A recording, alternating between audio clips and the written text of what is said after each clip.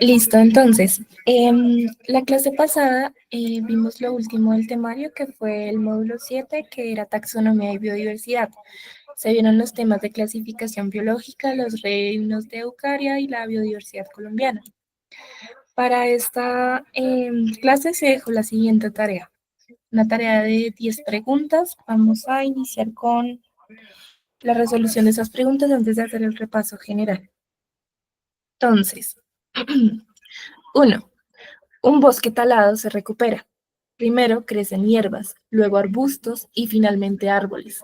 Este proceso se llama, encontramos el siguiente diagrama, y las opciones son sucesión primaria, sucesión secundaria, eutrofización o clímax ecológico. Si les gustaría compartir la respuesta, les leo por el chat. De todas formas, igual espero un momento y les comparto la respuesta correcta. Entonces, respuesta correcta, B, sucesión secundaria. ¿Qué pasa? La sucesión secundaria ocurre en áreas previamente ocupadas por una comunidad biológica que fue perturbada, ya sea tala o incendio, pero donde el suelo permanece intacto, la secuencia hierbas, arbustos y árboles es típica de este proceso. ¿Qué pasa con las otras opciones? Sucesión primaria ocurre en superficies sin vida previa, por ejemplo, rocas volcánicas. Esto es cuando no hay suelo inicial. La otra opción, eutrofización, es un proceso de enriquecimiento excesivo de nutrientes en cuerpos de agua que causa proliferación de algas. Y la última, clímax ecológico, es la etapa final estable de la sucesión, no es el proceso como tal de recuperación. Siguiente pregunta. En un gráfico de crecimiento poblacional hay una curva exponencial que se aplana en un punto llamado K. El punto K representa A, tasa de natalidad máxima, B, capacidad de carga, C, migración neta o D, extinción.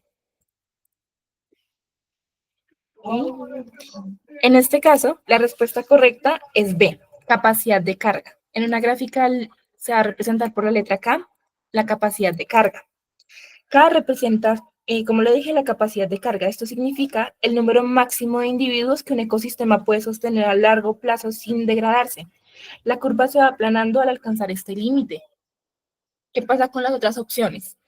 Tasa de natalidad máxima. Esto es el potencial biótico, es decir, la fase exponencial, más no es el punto de estabilización. Se ve como una gráfica en forma de J. Migración neta. Esto refleja el balance entre inmigración y emigración, más no define el límite K. Y extinción no está asociada directamente con K. Poblaciones estables oscilan cerca de este valor. Siguiente. Las bacterias gram positiva tienen pared gruesa de peptidoglicano. Las gram negativa tienen membrana externa. ¿Qué bacteria sería resistente a la penicilina? A, gram positiva por su pared gruesa. B, gram negativa por su membrana externa. C, ambas por igual. O D, ninguna. ¿Okay? En este caso, la respuesta correcta es B, gram negativa por su membrana externa. ¿Qué pasa con las otras opciones? Bueno, antes que nada, la opción correcta, que es gram negativa por su membrana externa, decimos que las gram negativas tienen esa membrana externa lipídica que actúa como barrera impermeable a la penicilina.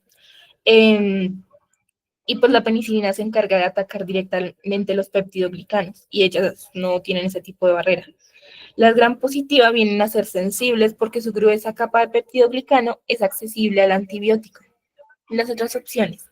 Gram positiva por su pared gruesa es incorrecta porque, pues, como decía antes, la pared gruesa las hace muchísimo más vulnerables, no resistentes. C, ambas por igual es incorrecto, ya que gram negativa tiene resistencia intrínseca. Y D, que dice ninguna, es incorrecto porque la penicilina sí afecta a las gram positivas. Siguiente. En el ciclo del nitrógeno, el proceso de fijación, luego amonificación, después nitrificación y por último desnitrificación, ¿qué proceso realizan las bacterias como Rhizobium? Acá tenemos el diagrama del proceso del nitrógeno y las opciones son desnitrificación, B, nitrificación, C, fijación de nitrógeno o D, amonificación.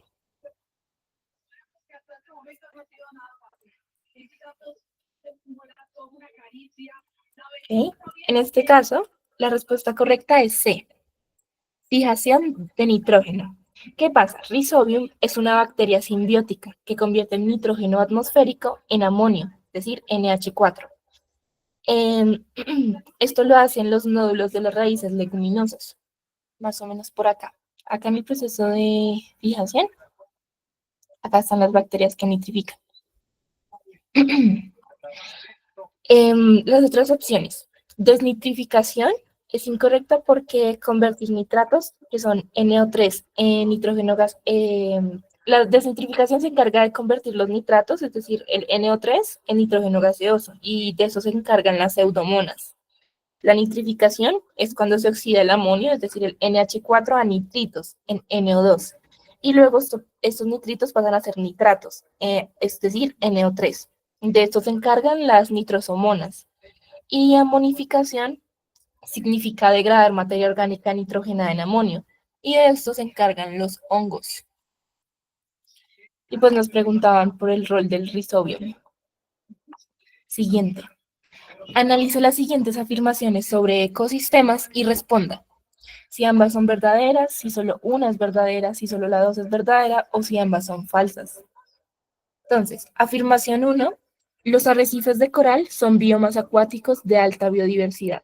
Afirmación 2, la fragmentación de hábitats reduce la diversidad genética. Tenemos la siguiente imagen de un arrecife y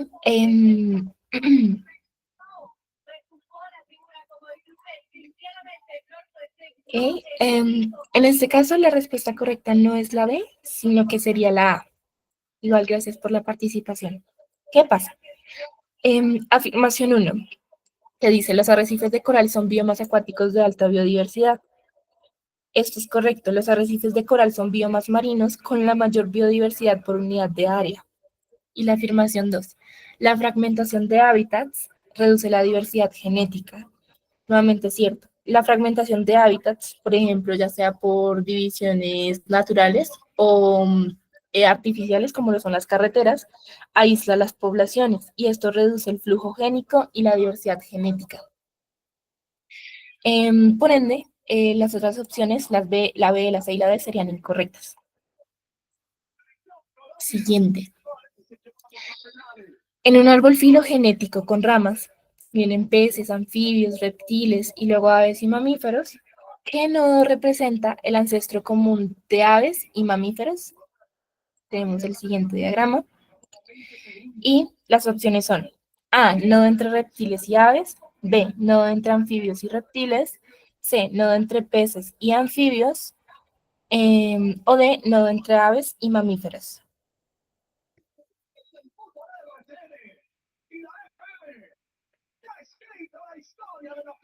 Ok, en este caso, la opción correcta sería B, nodo entre anfibios y reptiles. Esta de acá, que divide a los anfibios y luego salta a los reptiles. ¿Qué pasa? Aves y mamíferos comparten un ancestro en común del grupo Apniota, que son los reptiles tempranos, y este luego divergió en anfibios. El nodo clave es entre anfibios, que son los no apniotas, y entre reptiles, que son los apniotas. Este de acá.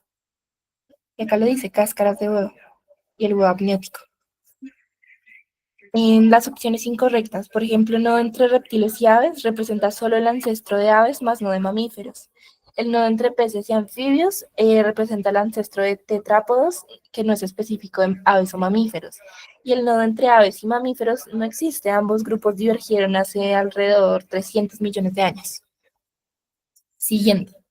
En el Chocó biogeográfico, el 25% de las plantas son endémicas debido a su aislamiento y alta pluviosidad.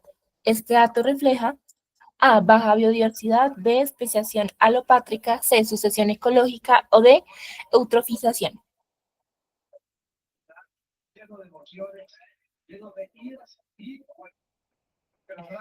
Ok, en este caso, la opción correcta es especiación alopátrica.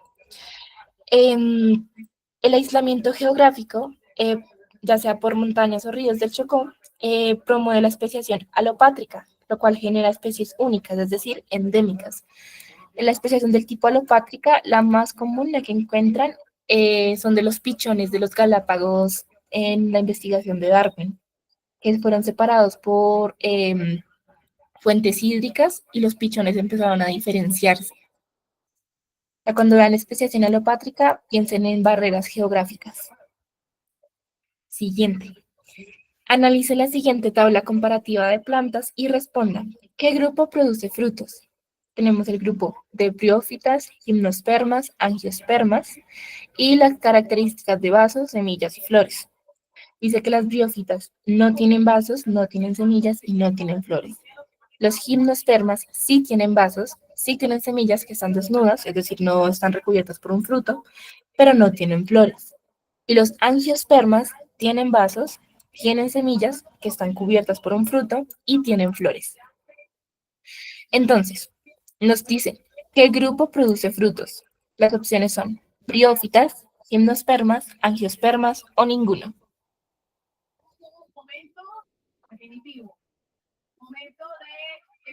Entonces, la opción correcta es C, angiospermas. La explicación es que solo los angiospermas son los que forman frutos, es decir, un ovario maduro que envuelve las semillas. Un ejemplo común son las manzanas o los tomates. En las otras opciones, los briófitas son musgos, no tienen vasos, ni semillas, ni frutos. Los gimnospermas tienen la capacidad de producir semillas, pero desnudas, por ejemplo, las piñas de pino, y no tienen frutos. Y D es incorrecto porque los angiospermas sí producen frutos. Siguiente. El cóndor andino, por su nombre científico Vultur gryphus, es una ave carroñera con envergadura de alrededor de 3 metros. Es clave en los ecosistemas altoandinos. ¿Qué amenaza no afecta su conservación? Caza ilegal, pérdida de hábitat, alta tasa reproductiva o de envenenamiento por carroña contaminada.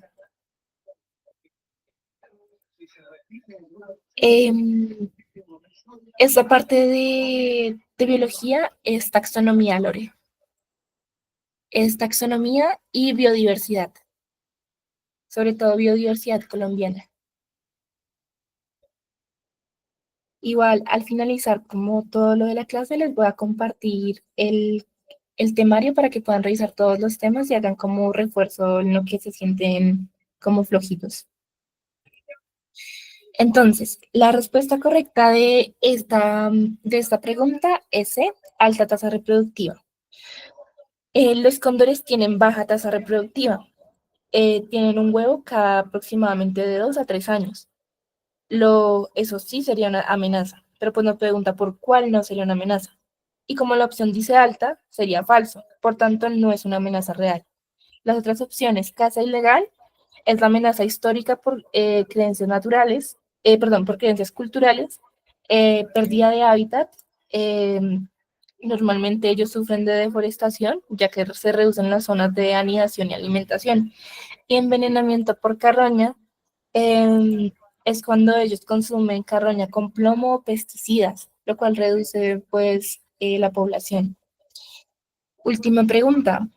De acuerdo con, con las siguientes afirmaciones sobre clasificación animal, responda si ambas son verdaderas, si solo una es verdadera, si solo dos es verdadera o si ambas son falsas. Entonces, tenemos la siguiente imagen y las afirmaciones son. Afirmación 1. Los artrópodos incluyen insectos, arácnidos y crustáceos. Afirmación 2. Todos los cordados son vertebrados. Entonces, respuesta correcta es B. Solo la primera es verdadera. ¿Qué pasa? Em, los artrópodos incluyen insectos, arácnidos y crustáceos. Es cierto. Insectos son, por ejemplo, mariposas, arácnidos son arañas y crustáceos, cangrejos. Y la afirmación 2, todos los cordados son vertebrados, es incorrecta, es falsa. No todos los cordados son vertebrados. Los cordados incluyen urocordados, por ejemplo las ascidias, y los cefalocordados, por ejemplo el anfioxo, que son invertebrados. ¿Listo? Con eso terminaríamos las preguntas de la clase pasada. Antes de hacer el repaso general, ¿hay alguna pregunta?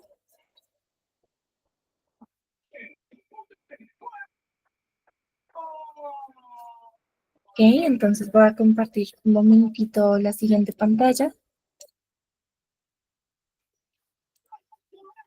Y vamos a ver el temario. Entonces, el temario estuvo compuesto por 7 módulos. El primer módulo, que es de fundamentos biológicos y evolución, tenía los siguientes temas: introducción a la biología, origen de la vida, teorías evolutivas, y donde en teorías evolutivas se incluía el lamarckismo y el darwinismo, que era lo más importante. ¿Qué decimos del módulo 1? Decimos que la biología es la ciencia que estudia la vida, sus procesos y su diversidad. Las características de los seres vivos son la organización celular, el metabolismo, la homeostasis, la reproducción, la respuesta a estímulos, la adaptación y evolución. Los niveles de organización son: viene desde átomo, molécula, célula, luego le sigue tejido, después órgano, a su vez continúa con organismo, después viene población, a su vez viene la comunidad, después está el ecosistema y por último está la biosfera, que son este punto de acá. Asimismo, se destaca la teoría celular, que dice que todos los seres vivos están formados por células. De igual forma, destacamos que la célula es la unidad funcional y estructural de la vida. Por último, mencionamos el método científico, que habla sobre la observación, la hipótesis, la experimentación, el análisis y, por último, las conclusiones. Después está el módulo 2, que habla de bioquímica y energía celular. En este módulo vimos agua y sales minerales, biomoléculas orgánicas, enzimas y metabolismo, y procesos energéticos. En este módulo destacamos los bioelementos, los primarios, que son el carbono, el hidrógeno, el oxígeno, el nitrógeno, el fósforo y el azufre. Están los secundarios, como el calcio, el potasio, el sodio, el cloro y el magnesio. Y a su vez están los oligoelementos. Después destacamos las moléculas biológicas, que son los carbohidratos, los lípidos, las proteínas y los ácidos nucleicos. De los carbohidratos decimos que son la energía rápida. Mencionamos ejemplos como la glucosa, el almidón y la celulosa. De los lípidos decimos que son la reserva energética y lo que proporciona estructura. Mencionamos a las grasas, a los fosfolípidos y a los esteroides. De las proteínas decimos que son enzimas, transporte y defensa. Algunos ejemplos son el colágeno y la hemoglobina. Y de los ácidos nucleicos destacamos el ADN y el ARN. El ADN, que proporciona información genética, y el ARN, que permite la síntesis de proteínas. Por último, destacamos a las enzimas, que son los catalizadores biológicos, disminuyen la energía de activación. Después, en el siguiente módulo, vimos biología celular. En este módulo vimos la teoría celular y los tipos celulares, la estructura y función de organelos y la división celular, donde mencionamos mitosis y meiosis. De este módulo podemos decir que el ciclo celular se compone por la interfase, que incluye los momentos G1, S, también llamado síntesis, y G2. Y después de la interfase está la división celular, que puede ser mitosis o meiosis. De mitosis decimos que genera dos células hijas genéticamente idénticas. La mitosis está relacionada con el crecimiento y la reparación. Y de la meiosis decimos que genera 4 células haploides, es decir, gametos, con variabilidad genética. lo cual permite recombinación y distribución independiente. Por último, mencionamos que su importancia es en la reproducción, en la variación genética, en la continuidad de la vida. En el siguiente módulo vimos genética y biología molecular, donde destacamos los conceptos de genética mendeliana, genética molecular y biotecnología. En este módulo, con respecto a genética mendeliana, hablamos sobre las leyes de Mendel, que incluyen la uniformidad, la segregación, la distribución independiente. Y hablamos de los conceptos alelo, genotipo, fenotipo, dominancia incompleta y codominancia. Hablamos de ADN también y mencionamos que tiene doble hélice, bases nitrogenadas como la A y la T y la G y la C, la adenina y la timina, y la guanina y la citosina. Y destacamos el concepto de replicación semiconservativa.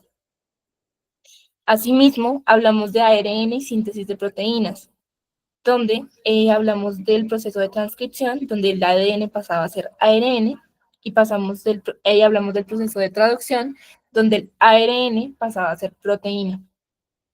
Y en biotecnología hablamos de ADN recombinante, PCR, terapia génica y los transgénicos. Después en el módulo 5, que hablamos de fisiología animal y vegetal, destacamos los sistemas en animales y la fisiología vegetal. En este módulo, con respecto a animales, hablamos del sistema digestivo, del sistema respiratorio, del circulatorio, del excretor, del nervioso, endocrino, inmunológico y el reproductor. Con respecto al digestivo, mencionamos las enzimas como la amilasa, la pepsina y la lipasa y la absorción de nutrientes. Del respiratorio, hablamos sobre el intercambio gaseoso por difusión y los sistemas branquial, traqueal y pulmonar. Del circulatorio, hablamos de sangre con sus componentes como lo son el plasma y los glóbulos, y el corazón junto con sus ventrículos y sus aurículas. De igual forma, destacamos la circulación abierta y cerrada y la simple y doble. Del excretor, mencionamos la nefrona, que es su unidad funcional, junto con sus procesos de filtración, reabsorción y secreción, y osmorregulación.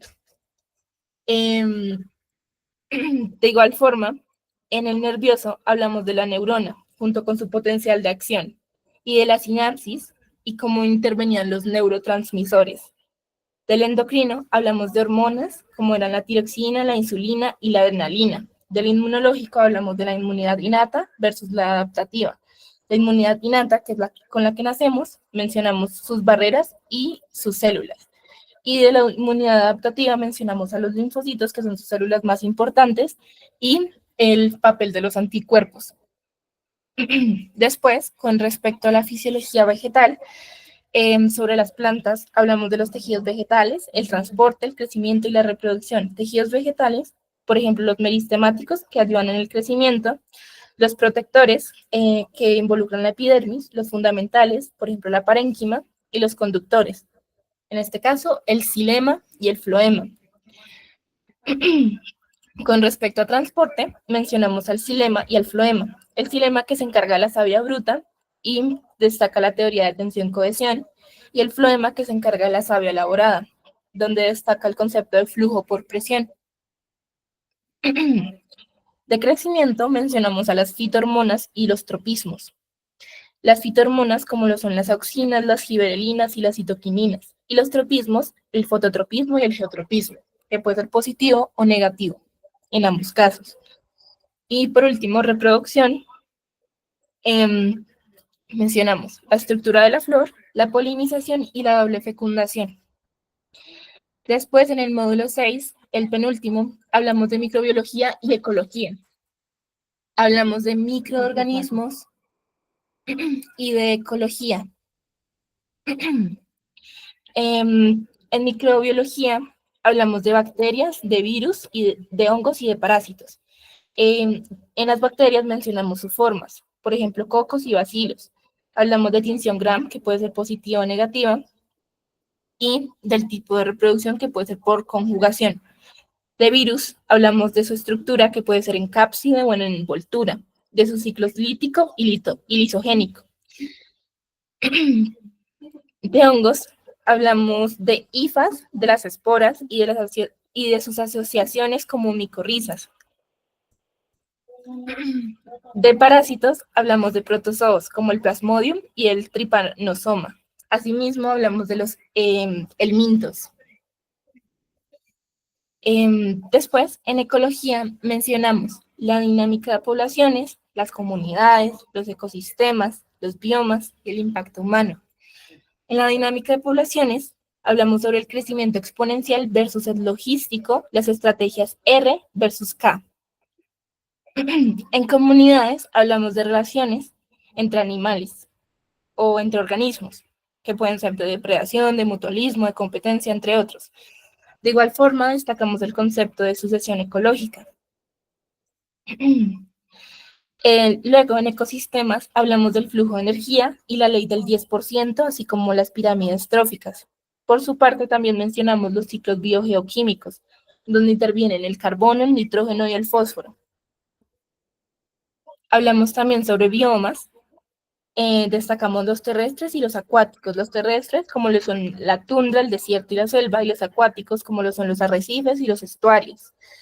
Y del impacto humano, mencionamos el cambio climático y el efecto invernadero y la pérdida de biodiversidad causado por la fragmentación y las plantas invasoras. Por último, en el módulo 7 que vimos taxonomía y biodiversidad, se habló de clasificación biológica, reinos de Eucaria y biodiversidad colombiana. En clasificación biológica, hablamos de que había sistemática filogenética, había cladística y estaban los árboles evolutivos. De los dominios mencionamos el arquea, el bacteria y el eucaria. El arquea, que hablaba de los extremófilos, que viven en ambientes muy extremos, las bacterias, ejemplos son las eubacterias, y de los eucaria, que incluyen a los protistas, a los hongos, a las plantas y a los animales. Del reino eucaria había una división con plantae, animalia y con hongos.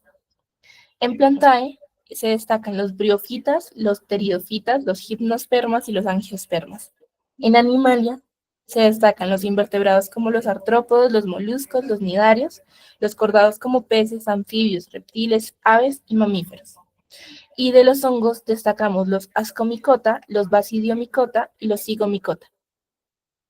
Por último, con respecto a biodiversidad colombiana, mencionamos los endemismos y los ecosistemas estratégicos. Los endemismos, por ejemplo, la rana dorada, el cóndor y el frailejo. Y los ecosistemas estratégicos, el Chocó, la Amazonía y los páramos. Con eso se finalizaría todo el resumen. Luego, para continuar y finalizar esta sesión, resolvamos algunas preguntas tipo UNAL y practiquemos un poco. Espérenme un momento y les comparto la siguiente tabla. Que creería que ahí pueden ver. Listo. Entonces,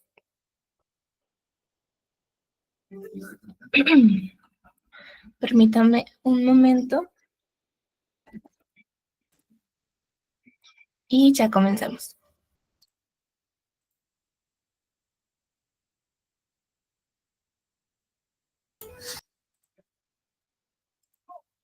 Ok.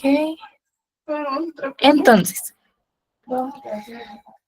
este es el módulo de ciencias. Vamos a resolver 18 preguntas. Las preguntas 1 a 6 se refieren a la siguiente información. Una de las consecuencias del calentamiento global es la formación de numerosos icebergs. Pero, ¿cómo pueden influir en el medio ambiente estas grandes moles de hielo? Investigadores han realizado estudios en los icebergs y los glaciares, encontrando que esas grandes masas de hielo son capaces de formar un ecosistema y son, por tanto, nuevos sitios de estudio de la biodiversidad. Pero, ¿Cómo es posible la formación de nuevos nichos para que se acumulen tantas y diversas formas de vida alrededor de los icebergs? Los icebergs, cuando empiezan a derretirse, liberan iones metálicos que el fitoplancton aprovecha para reproducirse. Este se encarga de fijar dióxido de carbono, dando origen a una cadena alimenticia cuyos eslabones reclutan nuevas especies que se dispersan aproximadamente 3,7 kilómetros alrededor del iceberg. En la formación de la cadena trófica, el fitoplancton es consumido por pequeños invertebrados como el krill, principal fuente de alimento de las grandes ballenas, así como también de peces. Estos, a su vez, son fuente de alimento para las aves marinas. Estas observaciones muestran que los icebergs pueden modificar fuertemente el ecosistema pelágico, sirviendo como fuente de mayor producción y fijación de carbono orgánico en las profundidades del mar. Según lo publicado por K. Smith y colaboradores en Science, volumen 317, número 588-37. Después vemos la siguiente simulación de la red alimentaria marina hecha por John Ogletree. Entonces, primera pregunta. De acuerdo con el texto, se considera que los icebergs influyen en el medio ambiente porque son fuente directa de A. Agua dulce que cambia el sistema marino a su alrededor. B. Fitoplancton que fija dióxido de carbono. C. Material inorgánico que favorece a los productores. O D. Material orgánico que favorece a los consumidores. Si les gustaría participar con la respuesta, los leo por el chat.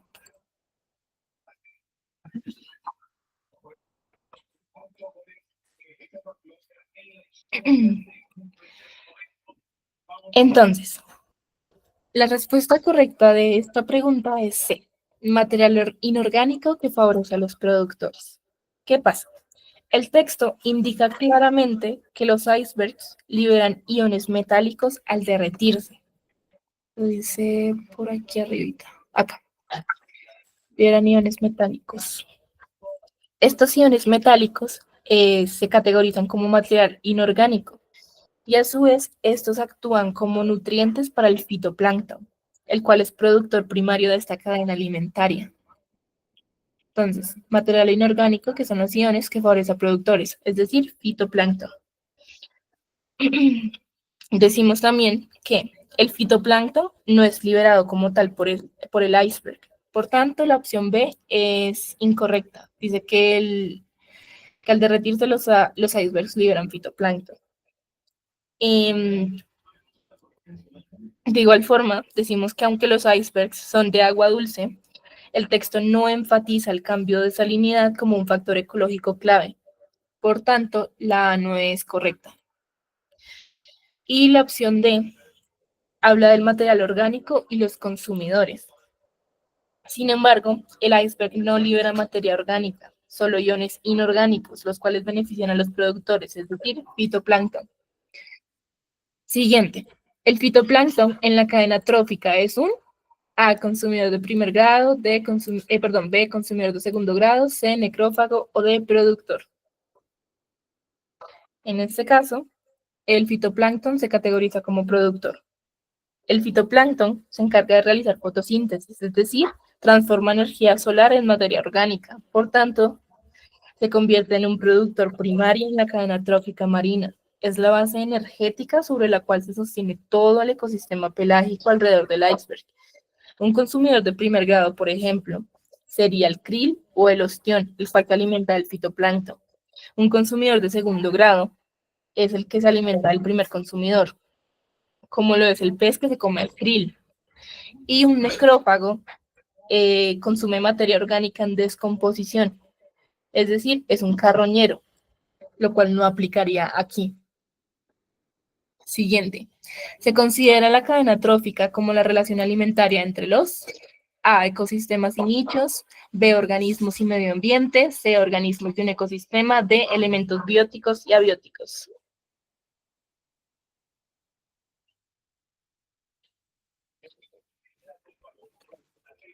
Ok. En este caso, la opción correcta es la C, organismos de un ecosistema. Está acá. ¿Qué pasa? Una cadena trófica representa cómo la energía y los nutrientes fluyen de un organismo a otro dentro de un ecosistema. Esto a través de relaciones alimentarias. Incluye los productores, los consumidores y a veces los descomponedores. Todos los organismos vivos que interactúan entre sí.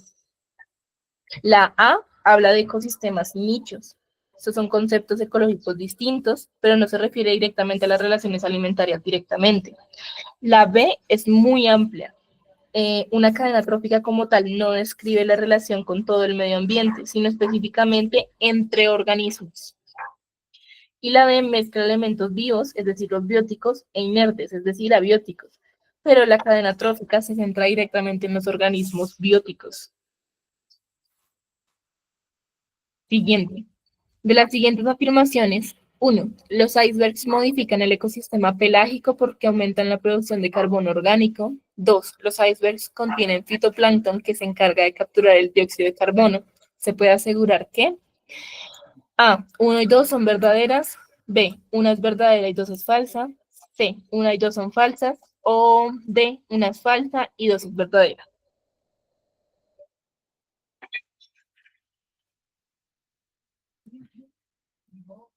¿Ok? En este caso decimos que la opción correcta es B.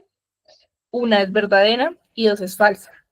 ¿Qué pasa? Con respecto a la primera afirmación, el texto dice que los icebergs liberan iones metálicos que estimulan el crecimiento del fitoplancton, el cual fija CO2 y genera una cadena trófica rica en carbono orgánico. Esta actividad modifica el ecosistema pelágico al aumentar la productividad biológica y la fijación del carbono. Por su parte, la afirmación 2, la cual es falsa porque los icebergs no contienen fitoplancton. El fitoplancton aparece posteriormente como consecuencia de los nutrientes inorgánicos liberados por el derretimiento del iceberg. Decir que el iceberg contiene fitoplancton es incorrecto según el texto. Siguiente. De la gráfica es correcto afirmar que la cadena alimenticia está formada por organismos en el siguiente orden. A. Herbívoros, productores, omnívoros y carnívoros. B. Herbívoros, carnívoros, productores y omnívoros. C. Productores, omnívoros, herbívoros y carnívoros. D. Productores, herbívoros, carnívoros y omnívoros. La gráfica a la que se refiere es esta de acá. Entonces, la opción correcta sería la D, que habla de productores, los herbívoros, luego los carnívoros y por último los omnívoros. Al analizar la red trófica encontramos que las primeras serían los productores, porque el fitoplancton es el único organismo que produce su propio alimento a través de la fotosíntesis. Después están los herbívoros, que se alimentan de los productores, es decir, el ostión, el erizo de mar y el pígaro se alimentan del fitoplancton. Luego son los carnívoros, que se alimentan de otros animales, como la estrella de mar, el caracol marino, el pez, el cangrejo y el pájaro. Por último están los omnívoros, que consumen tanto plantas como animales. En este caso sería el ser humano, que aparece comiendo tanto pez, ostión, pájaro y cangrejo. Siguiente. En la gráfica, la dirección de las flechas indica el sentido en el que circula la materia, la relación del depredador a la presa, la relación del parásito al hospedero o el sentido del consumo del alimento. Realmente estos son las flechas. En este caso, la opción correcta sería la D, de dedo. Las flechas indican el sentido del consumo del alimento. ¿Qué pasa?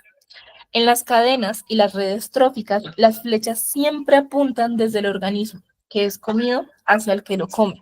Es decir, indican quién se alimenta de quién, o mejor dicho, el flujo de energía y nutrientes al ser consumidos.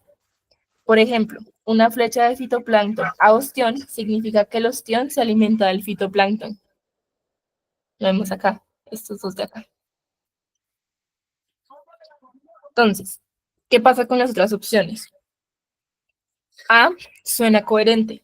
Sin embargo, el flujo de materia es mucho más complejo y no es lo que representan directamente las flechas. B es parcialmente cierta. La flecha sí implica una relación presa-depredador en algunos casos, pero es más general decir que indica el consumo del alimento. Y la C no aplica aquí. No hay parásitos ni hospedadores en esta gráfica. Entonces, continuamos. Las preguntas 7 a 12 se refieren a la siguiente información. La gráfica muestra el movimiento de dos carritos, el A y el B, que se mueven sobre una carretera recta. Tenemos una gráfica donde X son los centímetros, es decir, la distancia, y T es el tiempo. Tenemos los carritos B y los carritos A. Primera pregunta de esta sección. Entre 4 y 8 segundos, el carrito A y el carrito B, las opciones son, estuvo quieto y el otro retrocedió, el carrito A estuvo quieto y el B avanzó, el carrito A avanzó y el B retrocedió, o el carrito D, el carrito A retrocedió y el B avanzó. En este caso, diríamos que el carrito A estuvo quieto y el carrito B retrocedió. Este es el segmento que nos pregunta. Esto de acá. Voy a cortar esto un momento. Voy a ver si lo puedo poner en la tabla para que se pueda ver. Para que se pueda como rayar un poquito.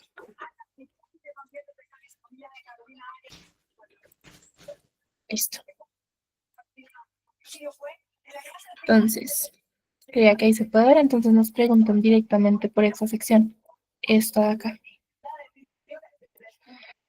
Pero no, esto acá, esto acá, esto acá, esto acá. Todas estas secciones preguntan por el tiempo 4 a 8. En este caso se ve que el A estuvo quieto, no hubo aceleración, perdón, no hubo movimiento. Y el carrito B es como la flecha está hacia abajo, decimos que retrocedió. Cuando las flechas indican que va hacia arriba, es decir, que avanzó. Cuando van hacia abajo, es decir, que retrocede. Entonces volvemos nuevamente a las opciones. Decimos que para la pregunta 7 la opción correcta es que el A estuvo quieto y el B retrocedió. ¿Qué pasa? Entre el T4 y T8, la posición del carrito A no cambia. La línea es horizontal, lo que significa que el carrito A estuvo completamente quieto, es decir, que su velocidad fue cero. Luego, el carrito B, que es esta línea de acá, esta que se ve acá, durante ese mismo intervalo su posición disminuye.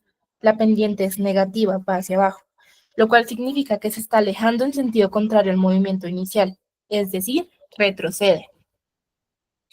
Seguimos. La velocidad instantánea del carrito A en T2 fue, y la velocidad instantánea del carrito B en ese mismo instante fue. Las opciones son, la velocidad del carrito A en T2 es positiva y la de B es positiva. La B, la del carrito A en T2 es negativa y la de B positiva. La C, la del carrito A en T2 es positiva y la de B es negativa. O la D, la velocidad del carrito A en T2 es negativa y la de B es positiva. Entonces, a ver si esto me deja. Sí, listo. Entonces, preguntamos por el 2. Entonces sería acá, acá, acá, acá, acá, acá, acá, acá, acá. Todo esto acá. Listo, entonces, nos preguntan únicamente por T2. Y nos preguntan si la velocidad instantánea o es positiva o es negativa para cada carrito en dicho instante. Entonces, ¿qué pasa? La opción correcta sería que la velocidad instantánea de A es positiva, mientras que la de B positiva, mientras que la de B sería negativa. ¿Qué pasa? El carrito A en T2, la pendiente de su curva en ese intervalo entre 0 a 4 más o menos, mírate acá hasta acá, que incluye el T2, va hacia arriba, es decir, que es positiva, ya que la posición aumenta con el tiempo. Por lo tanto, decimos que la velocidad es positiva y el carrito se está moviendo hacia adelante. Luego, con el carrito B en T2, aquí la posición disminuye.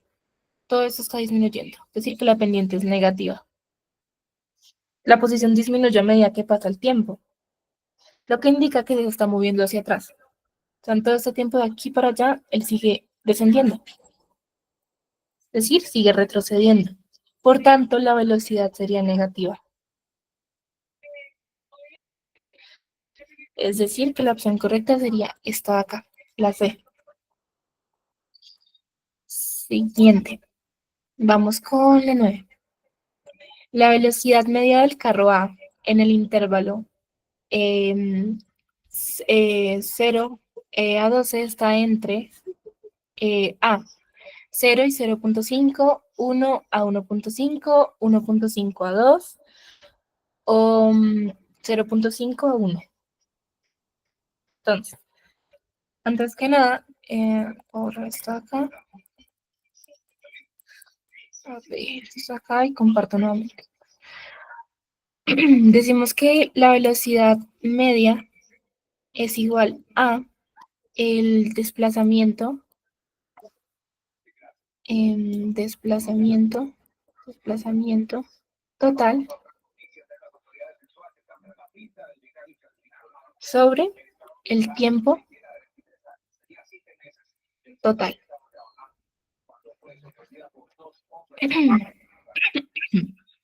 Disculpa.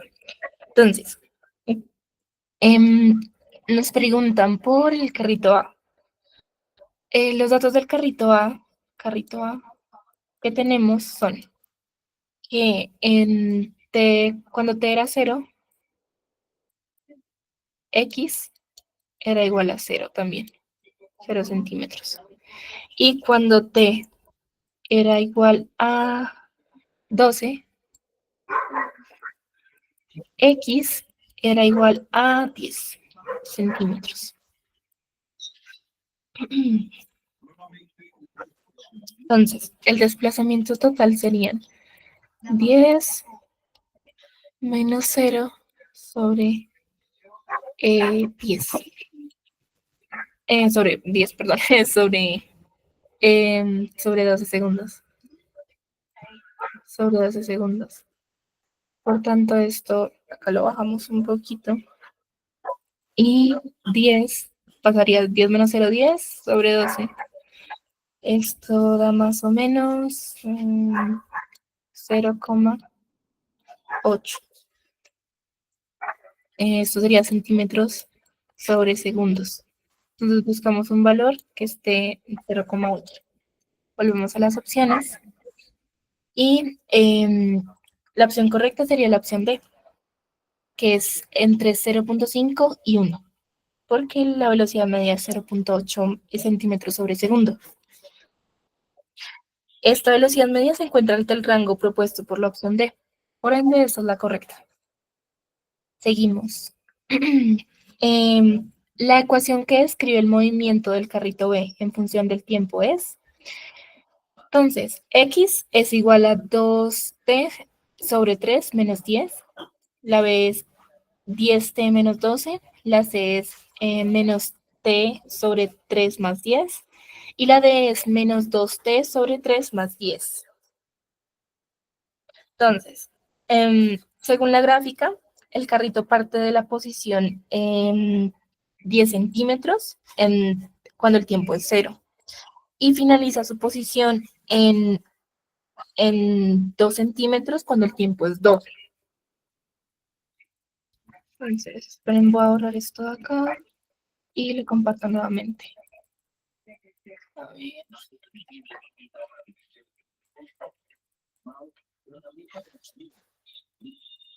Entonces, borramos esto de acá. Y nuevamente lo que decía. Hablemos del carrito B. Cuando el tiempo es 0, estamos en 10. Y cuando el tiempo es 12, estamos en 2. Decimos que la posición disminuye de manera lineal,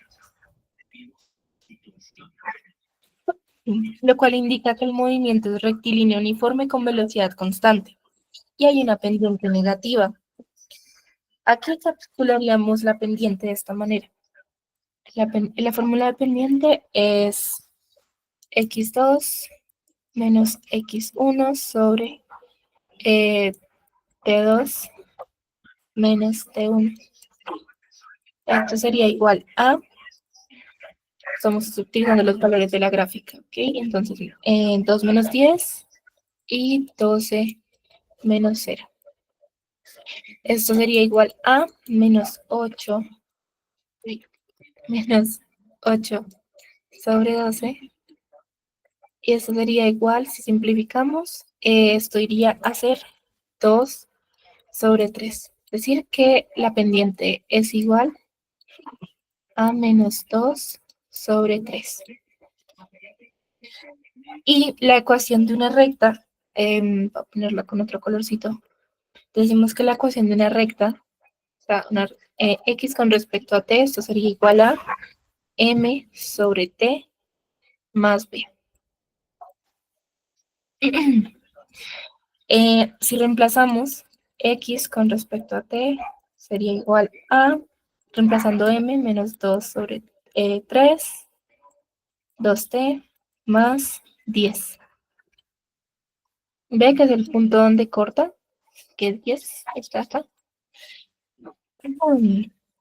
Por ende, la opción correcta, la que buscamos es que x es igual a menos 2t sobre 3 más 10.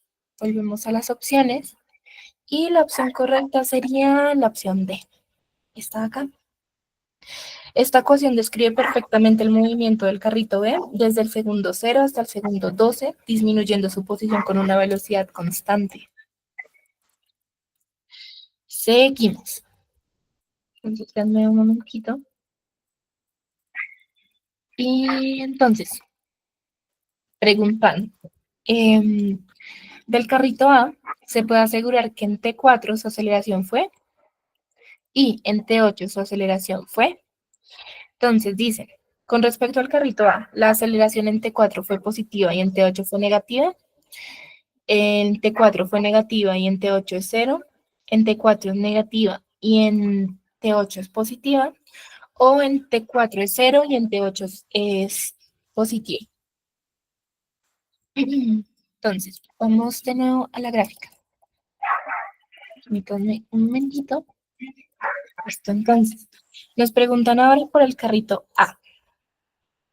Y nos preguntan por T4, está acá, y por T8. Entonces, en T4, justo en ese instante, está acá, la gráfica se vuelve horizontal. Eso significa que su velocidad cambia de un valor positivo a 0. Y para que ocurra este cambio tuvo que haber una desaceleración justo antes. Pero en el instante exacto ya la velocidad se ha vuelto constante y nula. Por lo tanto, la aceleración es 0 en ese preciso punto. Es decir, no hay cambio de velocidad en ese momento. Y en T8, ahí es cuando el carrito A reinicia su movimiento hacia adelante. Está acá. Pasando de reposo a velocidad positiva. Ese cambio implica que está acelerando. Por ende, como la velocidad va de 0 a algo positivo, la aceleración, es decir, la aceleración es positiva. Listo, entonces, vamos acá y volvemos a la opción. Entonces, la pregunta 11, la respuesta correcta sería D, 0 y positiva. Luego, 12. A partir de la información de la gráfica, se puede afirmar que 1. La suma de fuerza sobre el carrito B siempre fue 0. 2. La suma de fuerza sobre el carrito A nunca fue 0. Entonces, de las afirmaciones es correcto asegurar que una es verdadera y dos es falsa, una y dos son verdaderas, o una y dos son falsas, o una es falsa y dos es verdadera. Entonces, volvemos a la gráfica. Entonces, decimos que las afirmaciones están hablando de la suma de las fuerzas. Y decimos que, con respecto a la primera afirmación, dice que la suma de las fuerzas sobre el carrito B siempre fue 0. Entonces, espérenme un momentito. Vamos a copiar esto acá. A ver si me deja copiarlo. Sí, listo. Sí. Entonces vamos a moverlo acá.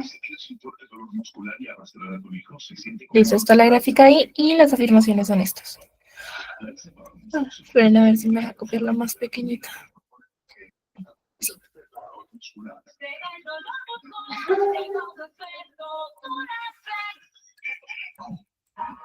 A ver si me deja correrlo. Sí, acá. Entonces, vamos a rayar acá. Entonces, si hablamos de fuerzas, entonces hablamos de la segunda ley de Newton.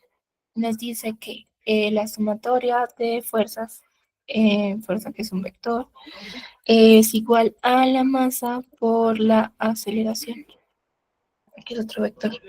Entonces, si la fuerza neta es cero, entonces la aceleración es cero, lo que implica movimiento rectilíneo uniforme, es decir, reposo.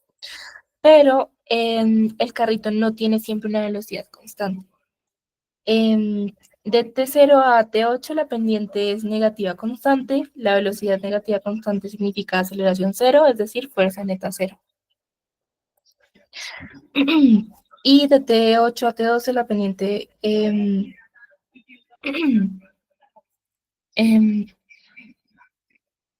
T8 a T12, espérenme un momento por favor. Entonces estamos hablando de fuerza más o por aceleración. De T0 a T8, sí.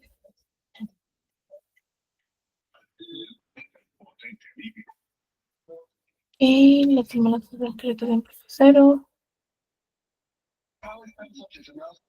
Ok.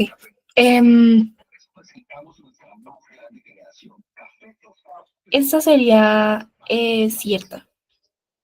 De T0 a T12 la pendiente es negativa constante y la velocidad negativa constante es lo mismo que decir aceleración cero, es decir, fuerza neta cero.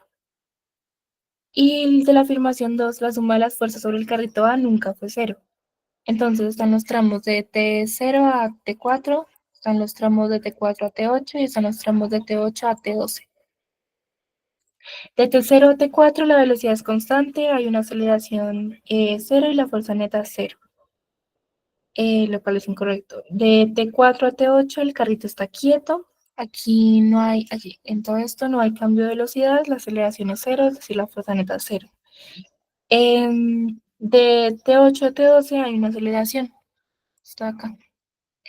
Aquí empieza a moverse, por tanto la fuerza neta es diferente a cero. Entonces, aquí la afirmación 2 sería falsa, porque si hubo momentos donde la suma de las fuerzas era cero. Por ende, la opción correcta, acá, sería que estas ambas son verdaderas. Siguiente. Las preguntas 13 a 18 se refieren a la siguiente información. La lonchera escolar. Parece increíble que a pesar de todas las recomendaciones y guías de alimentación saludable establecidas por la Organización Mundial de la Salud y el Ministerio de Salud, se ofrezcan paquetes denominados lonchera escolar. Este tipo de productos son golosinas, por ejemplo, alfajores, rayitas, rollos, gansitos. Todos ellos aportan una gran cantidad de grasa, cerca del 15%, grasas trans, azúcar y sal. Definitivamente no son recomendables como colación para los niños, ni menos como una colación escolar. Casi no tenemos cereales saludables para el desayuno. Todos los que existen en el mercado aportan una gran cantidad de azúcar, entre 27 a 35% sal y algunos mucha grasa. 35% sal y algunos mucha grasa. Todos agregan vitaminas para potenciar la sensación de saludables. Algunos declaran integrales, entre comillas, en forma destacada, manteniendo la misma alta cantidad de azúcar, pero agregando solo un pequeño porcentaje de cereal integral a la mezcla total. Son cereales rellenos de sabor, con sabor a chocolate con alto contenido de grasa, es decir, el 10%. Sal casi 1 gramo por 100 gramos y mucho azúcar. Declaran ser livianos y rendidores. ¿Livianos en qué? ¿Rinden en qué? Definitivamente esto es una golosina, no un alimento saludable. No recomendable como colación o para el consumo de nuestros niños. Para que un alimento sea saludable debe tener todos los buenos atributos juntos, es decir, ser bajo en grasas saturadas, sin grasas trans, sin azúcar y sin sodio o con un bajo aporte de ellos. Tomado de cómo identificar alimentos no saludables. Entonces, primera pregunta de esta sección. En la receta de algunas golosinas de la lonchera escolar comúnmente son fuentes de grasa. A, la harina y el jarabe de maíz. B, la mantequilla y la margarina. C, las levaduras y el gluten. D, la tartracina y el ácido cítrico. En este caso, la opción correcta es B, la mantequilla y la margarina. En el contexto del texto, Se hace énfasis en que los productos de la llamada lonchera escolar, entre comillas, contienen altos niveles de grasas saturadas y trans, que son comúnmente introducidas a través de ingredientes como mantequilla, margarina, aceites parcialmente hidrogenados y grasas añadidas para mejorar la textura y el sabor de productos ultra procesados. Aquí decimos que la mantequilla es rica en grasas saturadas y la margarina, especialmente si es hidrogenada, puede contener grasas trans. En contraste, la harina y el jarabe de maíz son principalmente fuentes de carbohidratos. Las levaduras y el gluten son proteínas o agentes de fermentación, más no fuentes significativas de grasa. Y la tartracina y el ácido cítrico son aditivos alimentarios, como el colorante y el acidulante, respectivamente, los cuales no tienen contenido graso. Siguiente. La fórmula química del ingrediente de las golosinas de la lonchera escolar que el texto denomina sal es NaCO3, NaSO3, NaCN, NaCl. En este caso, la opción correcta sería la D, NaCl. El texto menciona que estos productos contienen mucha sal, refiriéndose específicamente al cloruro de sodio, cuya fórmula química es NaCl. NaCl. Esta es la sal de mesa común, ampliamente utilizada en alimentos procesados, pero no recomendable en exceso por sus efectos negativos sobre la salud, especialmente en niños. Las demás opciones, aunque suenan similares, no corresponden a la sal de mesa. Por ejemplo, NaHCO3 es el bicarbonato de sodio y este se usa como un antiácido o agente leudante. NaHCO3 es bisulfito de sodio y es usado como conservante en algunos alimentos. Y el NaCN es cianuro de sodio y es tóxico y no apto para el consumo humano. Siguiente. Si el componente principal del azúcar está constituido por los siguientes isótopos, carbono 12, hidrógeno 1, oxígeno 16, entonces su masa molar es, las opciones son 112 gramos mol, 342 gramos mol, 524 gramos mol o 675 gramos mol. Entonces, voy a copiar esta pregunta para poderla ver en el tablero porque pues toca hacer unas operaciones. Por su parte, la opción correcta, antes que nada, es la B. La opción correcta es 342 gramos mol. Vamos a borrar esto de acá. Vamos a borrar la pantalla y listo. Entonces, vamos a dibujar acá. Entonces, para poder llegar a este resultado, decimos primero que el azúcar común, es decir, la sacarosa, tiene la siguiente fórmula molecular: C12, H22 o 11. Y calculamos su masa molar sumando las contribuciones de cada átomo. O sea, del carbono, vamos a correr esto hacia acá, vamos a correrlo hacia abajito. Listo. Del carbono, decimos que son 12 átomos por 12 gramos mol. Esto es igual a 144 gramos mol. Del hidrógeno son 22 átomos, o sea, esos 22, y el peso del átomo del hidrógeno es 1 gramo mol. Esto sería igual a 22 gramos mol. Y seguimos bajando un poquitito. Del oxígeno tiene 11 átomos y lo multiplicamos por su peso, que son 16. Bueno, en realidad son como 15.94 más o menos, pero se redondea siempre a 16. Y gramos mol. Esto es igual a 176 gramos mol. Para poder conocer el valor real, sumamos estos tres. Entonces, 144 más 22 más 176 es igual a 342. En este caso, gramos mol. gramos mol. Por ende, la opción correcta es B. Entonces borramos acá y volvemos a las preguntas. Siguiente. La gráfica que mejor representa el intervalo del número de moles de C12H22O11 contenidas en 100 gramos de un cereal para el desayuno es. Tenemos las opciones A, la opción B, la opción C y la opción D. Entonces, antes que nada, según el texto decimos que casi no tenemos cereales saludables para el desayuno. Todos los que existen en el mercado aportan una gran cantidad de azúcar, entre 22 a 35%. Aquí. Esto significa que en 100 gramos de cereal hay entre 27 gramos a 35 gramos de azúcar. El mínimo sería 27, el máximo sería 35. Con eso es con lo que vamos a trabajar.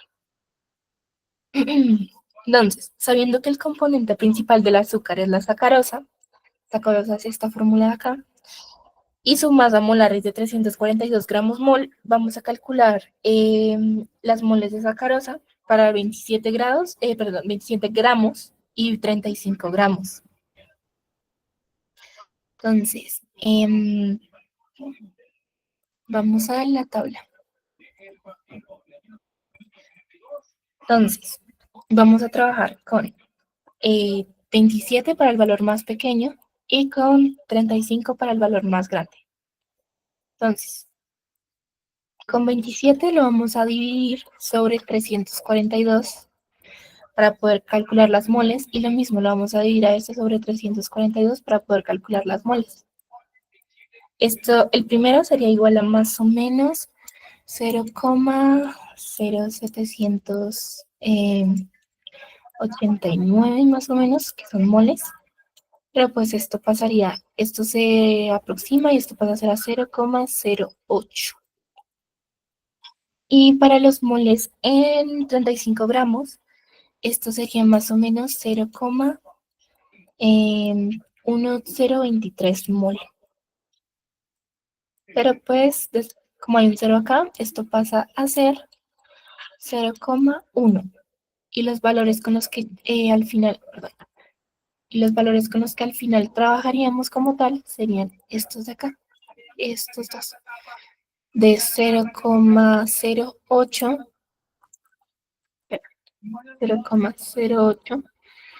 a 0,1. Entonces nos devolvemos a las opciones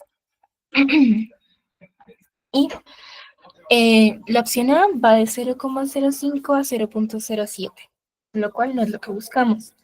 La opción B va de 0,10 a 0,12, lo cual se pasa del rango. La opción C va de 0,08 a 1, a 0,1, lo cual está dentro del rango estimado. Y la opción D va de 0,125 a 0,145, lo cual es muy alto.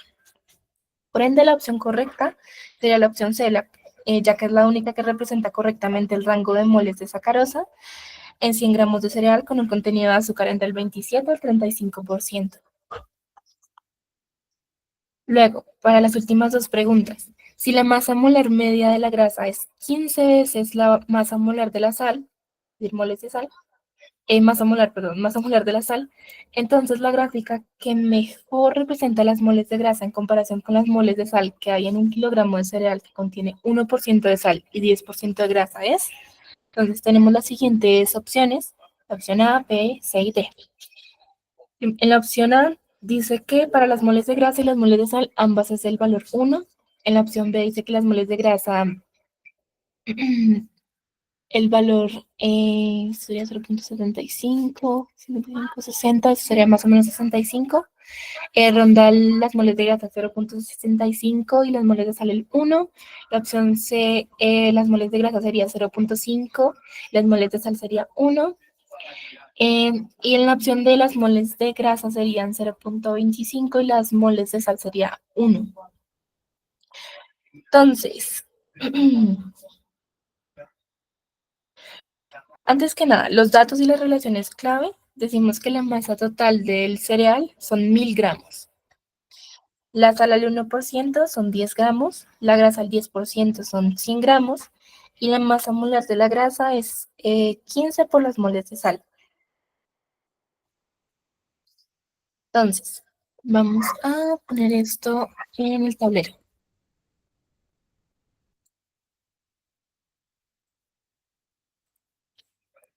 Vamos a borrar esto. Listo, creía que ya se está compartiendo esta parte y vamos a mover esto acá. Entonces, nuevamente, los datos que tenemos. La masa total es igual a 1000 gramos, que es lo mismo que 1 kilogramo. La sal está al 1%, es igual a 10 gramos. La grasa está al 10%, está al 10%, esto es igual a 100 gramos. Y la masa molar de la grasa es igual a 15 por la masa molar de la sal. Entonces, ¿qué decimos? Vamos a correr esto acá. Vamos con otro color. Las moles de sal es igual a 10 sobre masa molar de la sal. Y las moles de grasa es igual a 100 sobre 15 por moles de sal. Esto es lo mismo que decir 20, simplificándolo, sobre 3 por moles de sal. Y esto es más o menos aproximadamente 6,67 sobre moles de sal. Entonces, la comparación relativa en función de 1 sobre la masa molar de la sal, decimos que para hacer coincidir con las gráficas, normalizamos y decimos que si las moles de sal es igual a 10 sobre masa molar de la sal, entonces esto es igual a 1. Entonces, las moles de la grasa, que son esto acá, 6,67 sobre masa molar de la sal, lo vamos a aproximar a más o menos 0,65. Por tanto, volviendo a las opciones que están acá, la gráfica más coherente diciendo que las moles de la grasa serían 0,65 y las moles de la sal son 1, la gráfica que corresponde sería la opción B. La barra blanca que representa la grasa marca aproximadamente 0,65, sin embargo no se ve como muy exacto, entonces está entre 0,65 y 0,67, pues pero para hacerlo coincidir sería 0,65, y la barra negra que habla de las moles de la sal llega a 1. Ya por último, cuando una persona consume 100 gramos de cereal que contiene 1% de sal, ingiere un número de iones de sodio del orden de A 10 a la 22, B 10 a la 21, C 10 a la 23, D 10 a la 24. Entonces, decimos primero que todo que un 1% de 100 gramos es igual a 1 gramo de sal, es decir, NaCl. Luego, con respecto a los moles de la sal, decimos que la masa molar de la sal es de más o menos 58,5 gramos mol. Voy a irme al tablero para que pues no se olviden como los datos. Entonces, de nuevo, Vamos a rayar con esto. Entonces, la masa de la sal. 1% de 100 gramos de sal ingerida es igual a 1 gramo de sal. Con respecto a las moles de la sal, decimos que la masa molar de la sal, es decir, masa L, es igual a 58.5 gramos, gramos mol. Y las moles de la sal vendrían a ser 1 sobre este valor de acá, lo cual es igual a aproximadamente 0.0171 mol. Luego, las moles de los iones de sodio. Los iones de sodio que nos preguntan, vamos a poner los iones de sodio que nos preguntan. Entonces, vamos a calcular el número de partículas, que es igual a las moles por el número de partículas Na. Perdón, el número de partículas es igual a las moles por el número de Avogadro. Esto es igual a este valor de acá, 0.0171 mol por el número de Avogadro, que es 0,022 por 10 a la 23. Y toda esta operación de acá nos va a dar 1,03 por 10 a la 22. Por ende, la opción correcta es 10 a la 22. Volvemos a las opciones y la opción correcta sería la 10 a la 22. Listo, con eso terminaríamos las 18 preguntas de las preguntas tipo 1. Con eso finalizaríamos absolutamente todo el módulo de biología. ¿Hasta el momento alguna pregunta?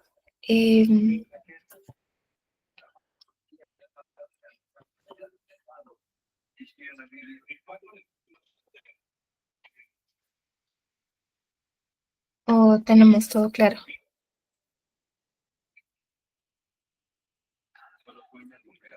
Yo creería que con eso tendremos todo claro.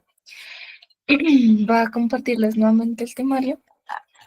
Esto se les comparto ahorita más tarde para que ustedes puedan revisarlo y verificar qué temas creen que les falta como reforzar para el examen. Todo esto se compone de los temas que se repiten en su mayoría en el examen. Si tienen alguna pregunta o les gustaría resolver los cuestionarios que están en el Classroom, pueden escribirme y puedo ayudarles a resolver las preguntas que están ahí. En el grupo siempre pueden escribirme o pueden preguntar cualquier cosa. Con eso terminaríamos absolutamente todo el módulo de biología. Les agradezco muchísimo por su participación en todas las clases. Ahorita más tarde les comparto el temario que les mencionaba para que puedan revisarlo y empezar a practicar. Y les recomiendo muchísimo hacer todos los ejercicios que están en el Classroom. En la sección de biología hay alrededor de 12 guías para resolver, para que trabajen con esas guías. Si tienen alguna duda con respecto a las guías, pueden preguntarme y yo les ayudo a resolverlas. De igual forma, junto con el temario les voy a compartir un documento de Word que tengo, donde ahí están los enlaces que redireccionan a unos quizzes online que pueden utilizar para practicar si no les gusta trabajar con las guías. Es una plataforma similar a Kahoot. So, con eso terminaríamos todo. Muchísimas gracias por todo. Que tengan una feliz noche. Muchas gracias. A ustedes, chicos, que descansen. Hasta luego.